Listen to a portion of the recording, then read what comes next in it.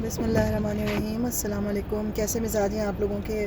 उम्मीद है आप सब लोग बिल्कुल ठीक होंगे। मैं भी बिल्कुल ठीक हूँ। आज सुबह से बर्फ़बारी हो रही थी बहुत ज़्यादा, तो मैंने कहा चलें, एक ग्रॉसरी के लिए मैं जा रही थी। मैंने कहा एक राउंड मैं अपने इलाके का आपको दिखाती हूँ कि इस वक्त यहाँ की क्या कंडीशन है। तो आइए मिल के देखते हैं, तो साथ साथ में मैं बताती भी रहती हूँ आपको। ठीक है, लेट्स गो ऑल टुगेदर।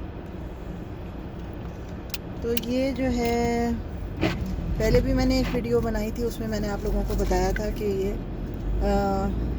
जब मैं घर से बाहर निकलती हूँ तो ये जहाँ पर अभी आपको नज़र आ रहा है, ओके, ये मेरे घर के बाहर का हिस्सा है। और ये अगर आप देखेंगे इधर से नज़र नहीं आएगा, ये हाँ घर मेरा नज़र नहीं आ रहा आपको। मैं पार्क करती हूँ और उसके बाद आपको दिखाती हूँ, बल्कि वापसी पे दिखाऊँगी, वो इजीली नज़र आएगा। अभी मैं लेफ़्ट हैंड पे है घर। तो आप बर्फ़ देख रहे हैं, ये किस कदर बर्फ़ है ये।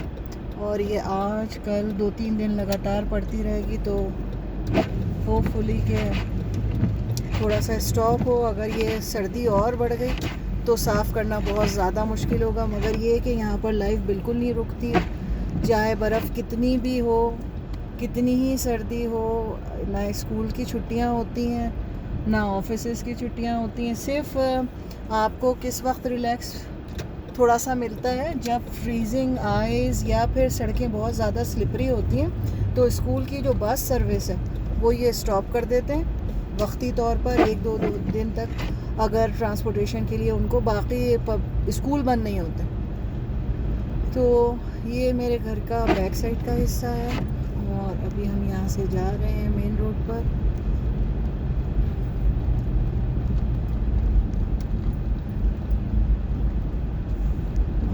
शाम को बहुत ज़्यादा इस वक्त लाइट्स जो हैं वो ऑफ़ है, वरना शाम को तो बहुत ज़्यादा खूबसूरत नज़ारा है। लोगों ने घरों को डेकोरेट किया हुआ है क्रिसमस लाइट्स से, और इंशाल्लाह अगर शाम को मुझे मौका मिला तो मैं आप लोगों को ज़रूर विज़िट करवाऊँगी।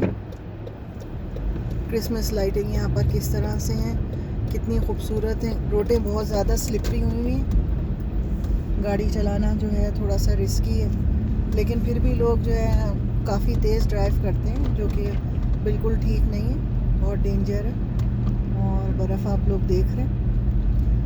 रह गई बात यहाँ पर ज़िंदगी कैसी है। ज़िंदगी तो आपको पता है कि कनाडा जो है वो बहुत सर्द तरीन ममालिक में से एक मुल्क है। तो यहाँ पर सर्दी नॉर्मली 12 महीने में से 8 महीने 9 महीने सर्दी ठंडी ही रहती। 1 या 2 महीने की गर्मी होती है, और उन गर्मियों में भी ये होता है कि अगर बारिशें हो जाती हैं तो लोग बाहर तफरी नहीं कर सकते, घरों में बैठना पड़ता है, क्योंकि ज़ाहिर बात है बाहर वो कैसे अपना घूमे फिरेंगे। तो ये सब चीज़ें यहाँ ज़िंदगी के साथ साथ चलती हैं, और उसी के साथ ज़िंदगी लोगों को अपनी गुजारनी होती है। ड्राइविंग कंडीशंस आपको पता है, लोग जैसे ही सीज़न चेंज होता है, सबसे पहले जो काम उनका होता है, लंबा ख़र्चा आता है कि वो अपने टायर्स जो हैं उनको फ़िक्स करवाते हैं, और स्नो टायर जो हैं वो चेंज करवा लेते हैं। ज़्यादातर जो लोग हैं वो ऑल वेदर या ऑल सीज़न टायर जो है वो यूज़ करते हैं गाड़ियों में, क्योंकि वो गर्मी सर्दी जो भी जैसा मौसम है उसमें वो चल जाता है। लेकिन जब आती हैं सर्दियाँ तो फिर उनको कंपलसरी जो है वो टायर्स जो हैं वो चेंज करवाने पड़ते हैं। तो ये सिलसिला है। हर इलाके में ग्रॉसरी, हर थोड़े इलाके के साथ ही जो है उसमें एक हिस्सा मुख्तस होता है जिसमें पूरी मार्केट होती है। घरों के अंदर, घरों के दरमियान, रेजिडेंशियल एरिया में आप कोई कमर्शियल चीज़ नहीं बना सकते, कोई दुकान, कोई स्टॉल, कुछ नहीं लगा सकते। इवन ये कि अगर जैसे फ़र्ज़ कीजिए आइसक्रीम है या कोई चीज़ बेचने वाले हैं या फूड ट्रक है, वो भी बग़ैर परमिशन की इजाज़त नहीं है, आपको उसके लिए स्पेशल परमिशन लेनी होती है, वरना वो आप नहीं लगा सकते हैं, ना गलियों में ला सकते। तो हर इलाके के साथ ही जो है वो एक छोटा शॉपिंग सेंटर होता है, और उस शॉपिंग सेंटर में आप अपनी ज़रूरत की तमाम चीज़ें जो हैं उसको इस्तेमाल कर सकते हैं, ख़रीद सकते हैं, ले सकते हैं। और 2-3 बड़ी ग्रॉसरीज़ की जो हैं वो चेन्स होती हैं, जैसे सुपर स्टोर, वॉलमार्ट, सेफऑन, सेफवे, नो फ्रिल्स, कुछ ऐसे हैं जो कि चीप ग्रॉसरीज़ के लिए आपको ऑप्शंस देते हैं। उसमें आप थोड़ा सा प्राइस वाइज जो फूड प्राइजेज़ हैं वो थोड़े से लो होते हैं, और उसमें अक्सर लोग ग्रॉसरी करते हैं, मगर ऑनेस्टली मैं तो जब भी ग्रॉसरी के लिए गई हूँ मुझे तकरीबन हर जगह के प्राइस एक ही जैसे नज़र आए। अच्छा, आप जो सड़क पे देख रहे हैं हर तरफ बर्फ़ है और बीच में सड़क जो है वो काली मट्टी से भरी हुई है। तो ये लोग क्या करते हैं, जैसे ही बर्फ़ शुरू होती है तो मॉर्निंग में ट्रक्स सुबह के टाइम आते हैं और वो ट्रक जो रेत होती है, मट्टी, वो इसके ऊपर स्प्रे कर देते हैं ताकि रगड़ पैदा हो सड़क पे, टायर जो हैं वो फिसले नहीं और वो जम के चले। तो ये जो आपको नज़र आ रहा है ये मट्टी के साथ मिलके कीचड़ सी बन गई है। तो बर्फ़ और प्लस जो मट्टी है, रेत है जो उन्होंने फेंकी थी, वो सब ये चेंज हो गई उसकी शक्ल। ठीक है, तो अभी आपको मैं दिखाती हूँ, ये हमारे इलाके के साथ ही जो है मॉल बने हुए, छोटे छोटे मॉल्स तो हर 40-50 घर के बाद जो है वो एक छोटा मॉल होता है, लेकिन ये तकरीबन 5 से 7 मिनट की ड्राइव के बाद आपको मेन ग्रॉसरीज यहाँ पर आपको मिल जाएंगी। आपको दिखाती हूँ मैं यहाँ पर। सबसे बड़ा मसला यहाँ पर ड्राइविंग में क्या है कि जब बर्फ़बारी होती है और बर्फ़बारी के दौरान सिग्नल्स जो हैं वो अचानक रेड लाइट आ जाती है तो गाड़ी स्टॉप करना बहुत मुश्किल होती है। कुछ सिग्नल्स यहाँ पर उन्होंने क्या किया हुआ है, उन सिग्नल्स के साथ ये अच्छाई है कि राइट साइड पर नंबर्स ऑन होते, तो जैसे ही अगर फ़र्ज़ कीजिए सिग्नल रेड होने वाला होता है तो जो नंबर्स हैं वो स्टार्ट होते हैं 20th से। सो 20th से स्टार्ट होते हैं और फिर वो पीछे की तरफ जाना शुरू करते हैं, तो पता चल जाता है कि बस अब ये सिग्नल बंद होने वाला है, तो आप अपने आप को प्रिपेयर कर लेते हैं। लेकिन अगर जिन जगहों पर नंबर्स साइन नहीं है वहाँ बहुत मुश्किल होती है। तो ये देखिए यहाँ पर ये मेन वॉलमार्ट जो मैंने आपसे कहा, ये USA की ब्रांड है। ये हर थोड़े इलाके के बाद यहाँ पर वॉलमार्ट जो है इसके बड़े बड़े स्टोर्स हैं और यहाँ पर आपको ज़रूरियात ज़िंदगी की हर चीज़ मिल जाती है। जैसे आप पाकिस्तान में मेट्रो या और दूसरी इस तरह की जो सहूलतें। तो ये है पार्किंग। आपको जिस वक्त आप क्रॉसिंग पे आते हैं मैक्सिमम 20 किलोमीटर पर आवर होती है, क्योंकि लोग क्रॉसिंग कर रहे होते हैं। आपको अपनी स्पीड के ऊपर बहुत निगाह रखनी होती है कि खुदा ना करे कोई एक्सीडेंट। जो क्रॉसिंग करने वाले लोग हैं वो रुकते नहीं हैं, गाड़ी वालों को रुकना होता है। गाड़ी वालों को कॉन्शियस, इन लोगों को पता है कि जो भी आएगा वो रुकेगा, उसको रुकना ही रुकना है। तो ये देखें सुपर मार्केट की तरह से वॉलमार्ट है। मैं इस वक्त मेरी स्पीड जो है 5 पे चल रही है, 5 और 6 किलोमीटर पर आवर, क्योंकि मुझे पता है लोग मुसलसल शॉपिंग कर रहे आ रहे हैं अपने, उन्होंने हेड कवर किए हुए हैं, जैकेटें पहनी हुई हैं, उनको नज़र नहीं आ रहा ना वो देख सकते, तो हमें ख़ुद कॉन्शियस रहना। तो ये जनाब आली सिलसिला है, मैं आपको दिखाती हूँ यहाँ से पार्किंग से निकल कर। आप देख रहे हैं पार्किंग ऑलमोस्ट फुल है। ऐसा नहीं है कि बर्फ़बारी हो रही है तो लोगों ने अपने काम रोक लिए। ये एक यहाँ पर राइट हैंड पे रिक्रिएशन सेंटर है जहाँ पर free library, free internet, swimming pool. जो लो इनकम फैमिलीज़ हैं उनके लिए 100% फ्री है और जो अफोर्ड कर सकते हैं उनके लिए बहुत मिनिमम फ़ीस होती है, पूरे साल की मेंबरशिप फ़ीस। और स्केटिंग के लिए भी बनाया हुआ है।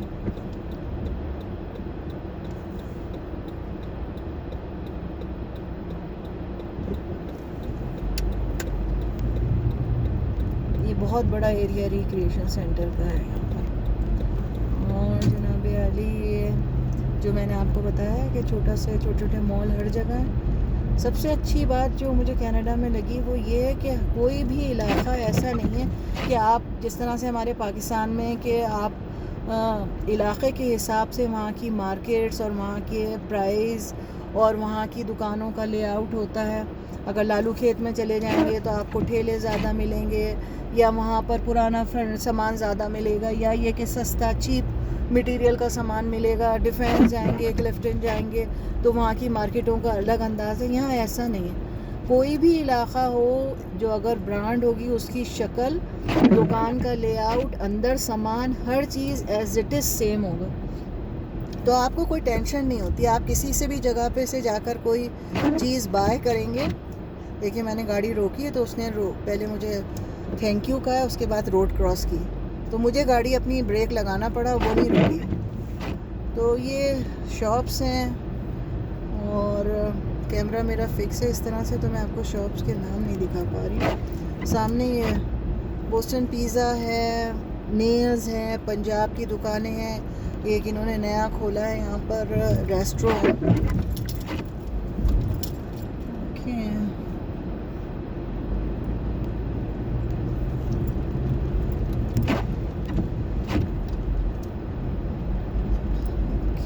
उसके बाद यहाँ पर एक बहुत बड़ी चेन है जिसको हम कहते हैं बेस्ट बाय। तो ये इलेक्ट्रॉनिक की बहुत बड़ी शॉप है और इसमें आपको क्या मिलता है कि हर किस्म के सेल फोन्स, टेलीविज़न, जितना इलेक्ट्रॉनिक का सामान है आपको यहाँ पर मिल जाता है और अच्छे पैसों में मिलता है। अगर आप फाइनेंसिंग करवाना चाहते हैं तो आप फाइनेंसिंग भी करवा सकते हैं। ये यहाँ पर गुड लाइफ के नाम से 24 आवर जिम सर्विस है, जिसमें आप 24 आवर जो है वो जिम की सर्विस इस्तेमाल कर सकते हैं गुड लाइफ के नाम से। ट्री हाउस के नाम से इंडोर प्ले है, बच्चों के लिए प्ले ग्राउंड, बहुत एक्टिविटीज़ हैं। कॉल टायर यहाँ का मशहूर तरीन टायर सेंटर है, जहाँ पर अपने आप टायर जो हैं वो बदलवा सकते हैं। और जनाब अली मैं आपको दिखाऊँ, यहाँ पर सुपर स्टोर के नाम से एक चेन है, ये जगह जगह आपको नज़र आएगी। यहाँ पर भी ग्रॉसरीज़ जो है, फूड सप्लाई वो चीप मिलती है और बहुत लोग यहाँ पर भी ख़रीदारी पसंद करते हैं। ये भी पार्किंग लॉट पूरी फुल है, जैसा मैंने आपसे कहा है कि लोग जो हैं वो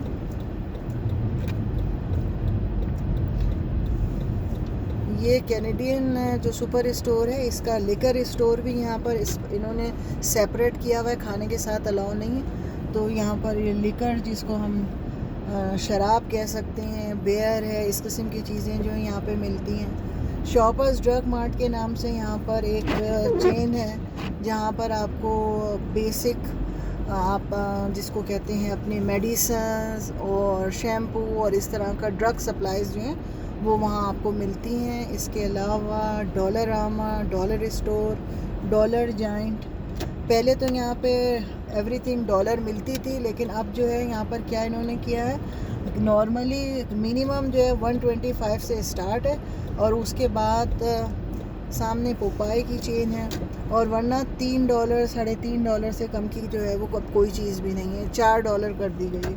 ठीक है, उसके अलावा यहाँ का एक मशहूर स्टोर है मार्क सुपर स्टोर, जिसमें आपको शूज़ बहुत अच्छे मिलते हैं, जैकेट्स हैं। मोस्ट ऑफ द टाइम अगर आपको चाहिए है सामान अपने काम के हिसाब से, यानी फ़र्ज़ कीजिए वर्क शूज़, स्टील बोट या विंटर, तो ये सब चीज़ें आपको यहाँ से मिलेंगी। सामने जैसे मैंने आपको कहा बेस्ट बाय के नाम से, ये यहाँ की मशहूर चेन है बेस्ट बाय, जिसमें आप इलेक्ट्रॉनिक का सामान ले सकते हैं। और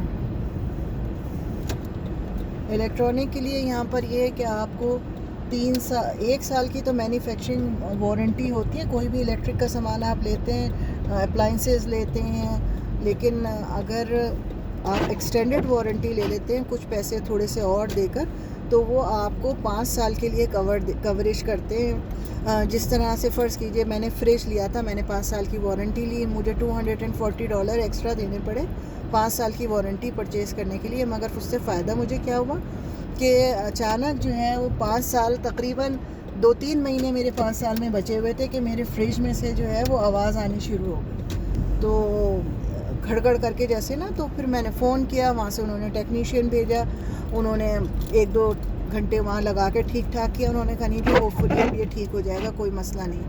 लेकिन हुआ ये कि वो बिल्कुल ठीक नहीं हुआ, उसमें से कंटिन्यूस उसी तरह आवाज़ आती रही। तो फिर मैंने उनको फ़ोन किया, उन्होंने सेकंड टाइम टेक्नीशियन भेजा। अच्छा, और यहाँ वारंटी के साथ क्या होता है कि अगर फ़र्ज़ कीजिए फ्रिज की वारंटी आपने ली हुई है, तो अगर फ्रिज की वजह से आपका खाना जो आपने फ़ूड उसमें रखा हुआ है अगर वो ख़राब हो गया तो आपको 200 तक कवरेज होती है कि अगर आपका खाना ख़राब हो गया और आप रसीदें दिखाते हैं, प्रूफ दे देते हैं, तो वो आपको रिफ़ंड करते हैं कि फ्रिज की वजह से आपका लॉस हुआ। तो वो फिर उन्होंने ठीक किया, लेकिन फिर उसके 2-3 दिन बाद फिर वही आवाज़ आनी शुरू हो गई। तो फिर उन्होंने सेकंड टाइम जो है वो क्लेम फाइनलाइज़ करने के लिए क्या किया कि उसको कहा कि आप थर्ड टाइम हम जो है वो टेक्नीशियन नहीं भेजेंगे, बल्कि थर्ड टाइम आपको नया फ्रिज देंगे। तो उन्होंने क्या किया कि थर्ड टाइम मुझे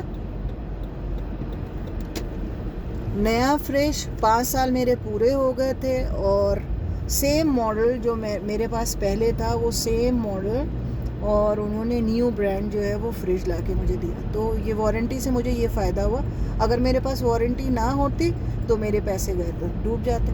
तो यहाँ पर इस किस्म की सहूलतें बहुत हैं जिसकी वजह से लोग कनाडा को प्रेफर करते हैं। पैसा तो आप खर्च कर रहे हैं, लेकिन आपको कम से कम आपकी सहूलतें तो मिल रही हैं ना पूरी, आप पीस ऑफ माइंड मिल रहा है आपको। खुदा ना करे अगर कोई किसी भी तरह का कोई मसला होता है तो आपको पता होता है कि आपको पीछे बैकअप है, आपको सपोर्ट करने वाले कोई हैं। तो ये सिलसिला जो है ये आपको बहुत मददगार देता है, और यही वजह है कि लोग ये सोचते हैं कि नहीं जी ये यहाँ रहना बेहतर है। इलाज मुआवजे की सहूलतें बहुत अच्छी हैं। जब इंशाल्लाह ताला मैं शुरू करूँगी सीरीज़ कनाडा के हवाले से, तो मैं आपको एक एक चीज़ जो है एक्सप्लेन करूँगी उसके साथ कि क्या क्या चीज़ें यहाँ सहूलतें हैं और लोग क्यों यहाँ आना पसंद करते हैं। अच्छा जनाब अली, ये क्रॉस करके मैं घर की तरफ चल रही हूँ।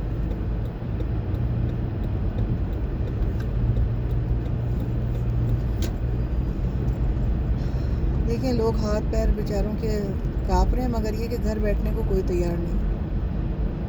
बहुत एक्टिव लाइफ स्टाइल है यहाँ का।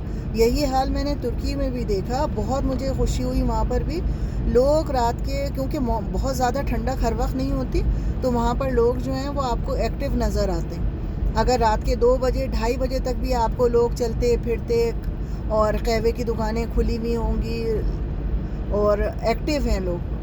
ऐसा नहीं कि घर में खामोशी से चरपाई पे और सोफे पे बैठे हैं कि हाय हम बुढ़े हो गए। पाकिस्तान का तो कल्चर आप देखें ना, 50 का अगर कोई है तो आपके बुज़ुर्ग वालिदैन, उसके आगे बुज़ुर्ग लग जाएगा 50 साल के साथी। ऐसा नहीं है पूरी दुनिया में। लाइफ जिस वक्त 60 साल की 55-60 साल में लोग मरते थे, लाइफ जो थी वो बहुत छोटी थी, मुख्तसर होती थी। 60 साल के लोगों को कहा जाता था कि बस अब तो किसी भी वक्त ये मर जाएंगे। अब जो है वो ज़िंदगी 80-90 साल नॉर्मली जो है, लोग अगर सेहतमंद हैं और कोई अचानक बीमारी नहीं आती तो बड़े आराम से जो है वो 80-90, कनाडा में तो मोस्टली जो ओल्ड पीपल्स हैं वो आपको 90, 85, 87, 90, 91, 92 मिलेंगे। 75 साल से लेके 80 साल के लोग तो आपको यहाँ काम करते हुए मिलेंगे। रिटायरमेंट अपनी ले लिए, मगर ये कि 5 दिन के बजाय वो उन्होंने अपना 40 आवर के बजाय 30-32 आवर्स जो है वो काम शुरू किया और वो काम कर रहे हैं। अच्छा, ये जो है इंटरसेक्शन है, ये 4 वे स्टॉप है।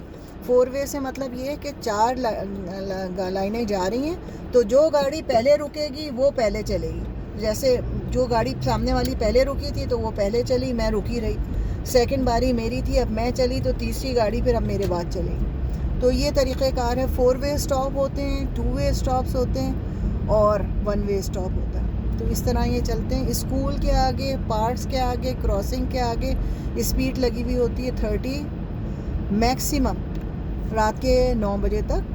तो आपको इससे ज़्यादा इस हिस्से पे, क्योंकि अचानक कोई भी आपके सामने आ सकता है, तो स्पीड जो है वो एंड, अब देखिए वहाँ इतने हिस्से पे मुझे 30 से ज़्यादा नहीं चलानी है क्योंकि यहाँ क्रॉसिंग है पार्क की। उसके बाद अब फिर ये बोर्ड आ गया कि ये एंड हो गई, अब आप नॉर्मल स्पीड पे चल सकते हैं। रेजिडेंशियल एरिया में जाएंगे तो 10 से 20 किलोमीटर मैक्सिमम आप चलाएंगे, यानी 10, 12, 15 किलोमीटर के इससे ज़्यादा आप नहीं चला सकते। अब ये हम आ गए एक नए इंटरसेक्शन पे। इस इंटरसेक्शन पे भी हमारे पास 4 वे स्टॉप है, यानी सिग्नल्स लगे हुए हैं तो हमें अकॉर्डिंग टू सिग्नल चलना है। यहाँ का एक मशहूर गैस स्टेशन जो हैं वो 7-Eleven है, और 7-Eleven की शॉप जगह जगह होती हैं। इनमें पेट्रो कनाडा का गैस स्टेशन होता है, और 7-Eleven के नाम से आपको यहाँ पे खाने पीने का सामान और थोड़ी बहुत जो फूड आइटम्स हैं वो प्रिपेयर्ड हुए हुए सैंडविचेस, इस टाइप की चीज़ें मिलती हैं। मैंने तो कभी ट्राई नहीं किया हराम और हलाल की वजह से, लेकिन काफ़ी बच्चे स्टूडेंट्स जो भी गैस स्टेशन पे जाता है वो ख़रीदता और खाता है लोगों के लिए, और चीप है, ज़्यादा पैसे नहीं हैं। तो ये हर जगह जगह हैं पेट्रो कनाडा के गैस स्टेशन हैं। और ज़्यादातर मुझे पसंद है कॉस्को। यहाँ पर USA की ग्रॉसरी चेन है, वेयर हाउसेस उनके बने हुए, और वहाँ पर आप गैस स्टेशंस भी उनके हैं, और आपका कार्ड बना हुआ होता है और उससे आप आराम से अपने जो है गैस फिल करवा सकते हैं। यहाँ पेट्रोल को गैस कहते हैं। जैसे हमारे तो पाकिस्तान में हम लोग जब चूल्हे में गैस, सिलेंडर वाली गैस और सुई गैस और बर्शन गैस और इस तरह के काम करते हैं, यहाँ पर जो है वो फ्यूल को, ईंधन को गैस कहते हैं। तो गैस जो है वो ये सिलसिला होता है। और आई थिंक आप लोगों को, आई डोंट नो कि कुछ इंटरेस्ट है कि नहीं है, लेकिन छोटी सी मैंने कहा चलें आपको एक टूर करवा देती हूँ यहाँ का। लाइट्स बहुत खूबसूरत हैं। मैं इंशाल्लाह रात को देखूँगी अगर मैं आप लोगों को लाइट्स जो हैं वो उसकी क्रिसमस लाइट की सैर करवा सकी तो।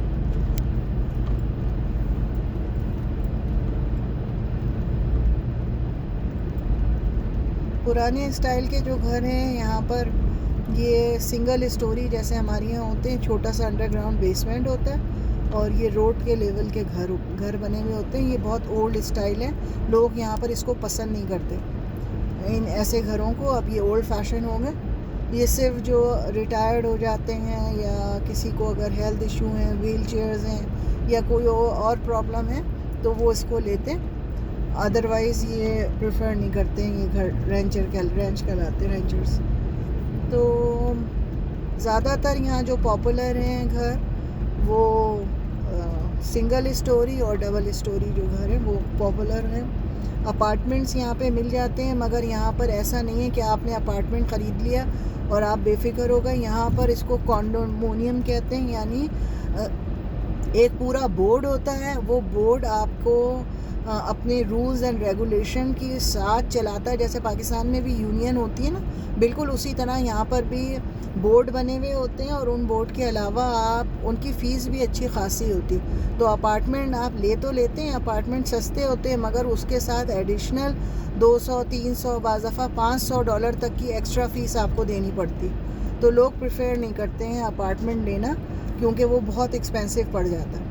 और फिर अगर फ़र्ज़ कीजिए उन्होंने ये फ़ैसला किया कि जी तमाम फ्लैट्स की खिड़कियों को चेंज करना है, या रूफ़ चेंज करना है, या जो फ्लैट की, अपार्टमेंट की अपीयरेंस है आउटडोर, वो टोटली रेनोवेट करवाना है, तो आपको वो मानना पड़ता है। और जो जितने भी पैसे आपको देने हैं वो आपको देने पड़ते हैं, तो वो बहुत मुश्किल हो जाता है। लेकिन ये कि जिसको हम कहते हैं कि